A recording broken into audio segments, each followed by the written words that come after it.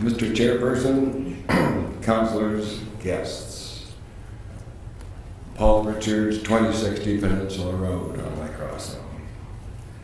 I spent nearly 2 hours in the dentist chair with my mouth wide open yesterday, so my voice may be a little soft, but I'll do my very best. Thank you for this opportunity to be with you. I would like to correct just 2 comments my predecessor made. There's a suggestion that it was all a rose garden on the 2007-2008. That's not what happened. We were bulldozed into an agreement. We had neither the funds nor the resources to continue. There was never an amicable agreement. And every time I hear that, I get upset. I was part of that. We were very upset and disturbed. And secondly, there's a statement made regarding the opportunity that we've been called to speak with them. I paged all the members of the executive of the Friends of Muskoka. No one has any record of that communication, be that as it may. This morning, I would like to address briefly things that I think determine the future of Muskoka. I think we've been fortunate in the district and the township in having planners that really want to do the right thing. They're concerned about the long-term future of Muskoka, its environment, its waters, its trees. I think there are also planning that is being done with commercial interests, perhaps tainting the good for the future of Muskoka. And I think we may have some examples in front of us. I think we find compromise when commercial interests rule development. In spite of our best intentions, no matter how good the planning, we also have an issue of enforcement. And without enforcement, no matter how good the planning, it doesn't work. And some things that we put into planning are virtually not enforceable. Let's think about how would you control 8 weeks of residency per year in a residential condo development. Are you going to go and knock on doors and ask if somebody's uncle's occupying? If this thing spreads and we have dozens, 50s, or 100 of these things, you're going to have thousands of units. It's uncontrollable. The issue before us, the basic fundamental issue, is condo residential. Is it a resort or is it condo residential?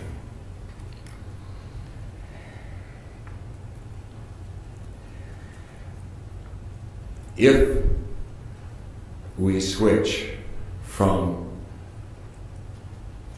condo resort to condo residential, some would say, so what?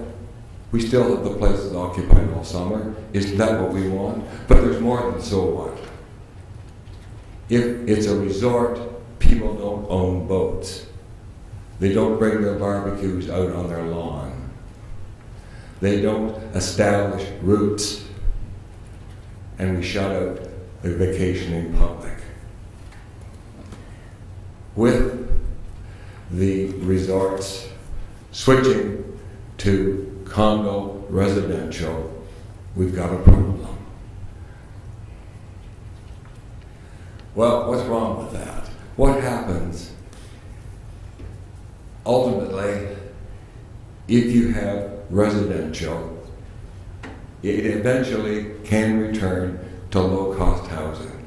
And someone says, what's wrong with that? We need low-cost housing. Yes, we do. There's a desperate need for it in Muskoka. But if we want low-cost housing, we should be planning for it. We shouldn't let it come in through the back door.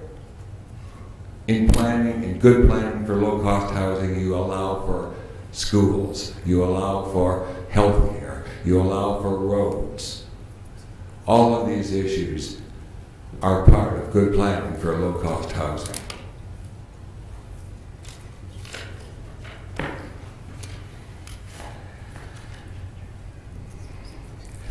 Let's have a first example of what happens, and what we're calling now is this. We're calling it the switcheroo.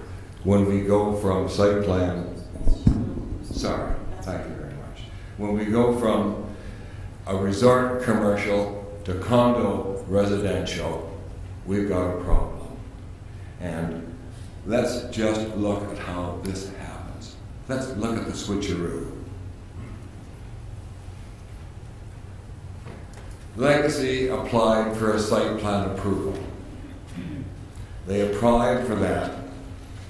It was granted in September. And let me read you one of the clauses that they agreed to in writing and signed.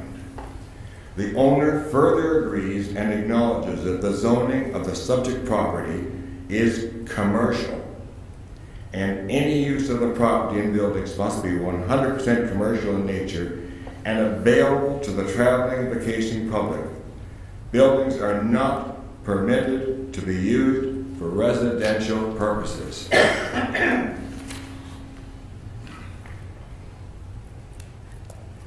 Dated, and I can't even read it because the lighting isn't good enough, but it's in September 17. Who is this signed by? Oh, thank you. Signed by owner John Mullenbacher. Available to the traveling and vacation public. But something's funny here. Here we have a publication advertising the legacy development. Came out in June, July of 17. Not one word about being anything but residential. No mention of rental pool. No mention of anything but residential. These are residential units. But here we have a statement, must be available for the traveling public, signed by owner in September. This is what we call the old switcheroo. Now, this switcheroo happened months before the signature. We had an OMB hearing challenging the validity of our opposition to this development. Let me read to you what was published by Mr. Crowe, the chairperson, reading from the bylaw. A condominium agreement with the township will be required to address, among other matters, the commercial nature and use of the condominium units to ensure that the use continues to be commercial. The agreement shall state that the resort condominium units are available to the traveling public the entire year, including the high season.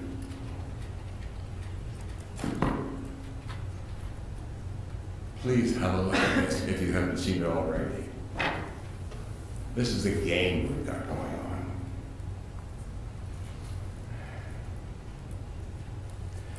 But so what? Here we got a problem in that, and we all acknowledge there's a big issue there. My young brother, has, I believe, the largest collection of historic hotel postcards in Muskoka. He's been collecting for 25 years. He prepared my request a list of the hotels in Muskoka during the last 50 years. This isn't Manette. This is all of Muskoka. We're dealing with the future of Muskoka. Lake Muskoka, there are 59 units. Let me read you just a few of them. Some of you will recognize the names. Milford Manor, Millmont Lodge, Raycliffe Inn, Cedar Wild, Milford Bay, Hillcrest Lodge, Pinehurst, Pleasant View House, Muskoka Assembly, Epworth, Scarcliffe House, Fairmount, Tamarack Lodge, Muskoka Baptist Camp Cottages, Cashy House Hotel. Well, I guess that's a Cashy, perhaps. There are probably 100 properties in Muskoka zoned waterfront resort commercial. This is a staggering issue that can affect and influence and destroy Muskoka. That's what we're up against. I have a few slides to show you what can be done. Ready? Sure. How much longer will you be, Paul? This will be very short. Okay. Thank you very much. Thank you very much. This is So you're on the slide right now? yeah.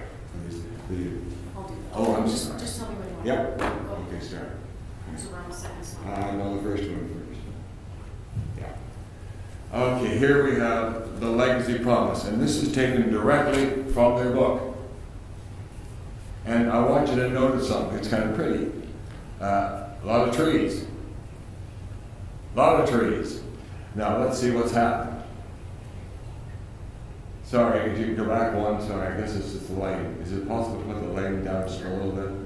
Thank you very much.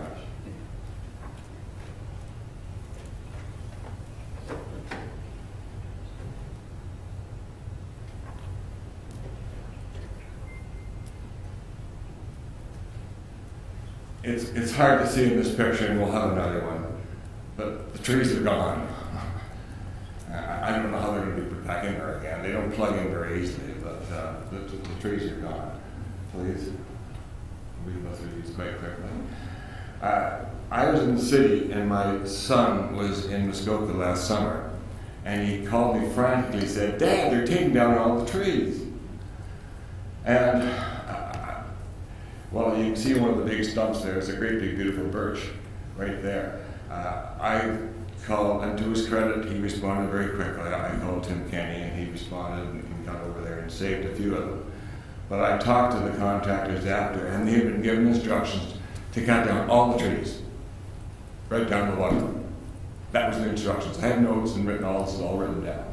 Please, you can see there's that stump. It didn't have to be this way. Lakeside Lodge, the previous people had, I think it was 30 cabins. They chose to put the cabins between the trees, not strip cut.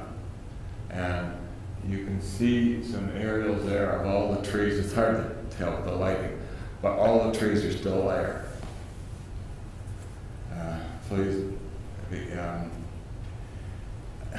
again, the lighting's difficult, but you can see before, that's an actual picture early summer of before of Lakeside Lodge shoreline. And there's the new one. And there's the proposal with the docks. And the yellow thing in the middle is the tiny little beach. Now I ask you, is this good planning? Can you imagine there are space now for 53 boats? Can you imagine that tiny little yellow spot? Well, you make your own decision if this is a good plan, please. The proposed developments in Manette Bay. In a study in 2007, taken by the Fowler Group, it was already, at that time, before the expansion of Wallace Marine and before the Marriott Hotel, it was already beyond boating capacity on several days a week. And can you imagine adding all this addition, what it's going to be? And this could be everywhere in Muskoka. That's it. That's it? Okay. Oh, and then there's video. Is there time for a short video, Mr. It's Chairman? very short. Okay, make it short. Yep. Yep, and I won't even speak.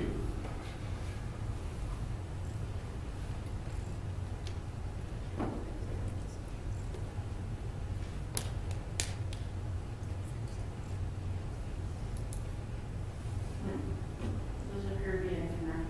Okay. But this was taken by a drone last fall.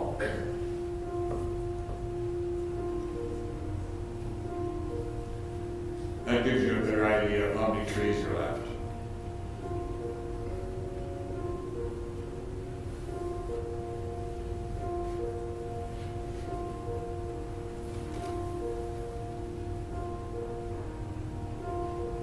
That's what you look at from the water now.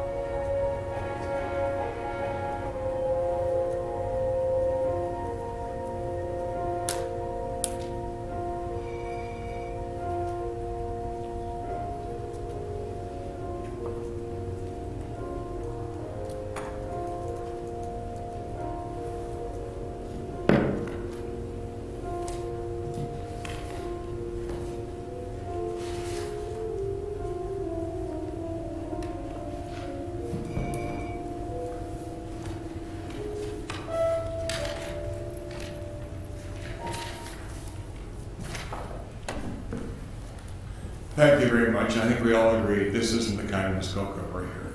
Never know. Thank you. Thanks, Paul. You make some good points.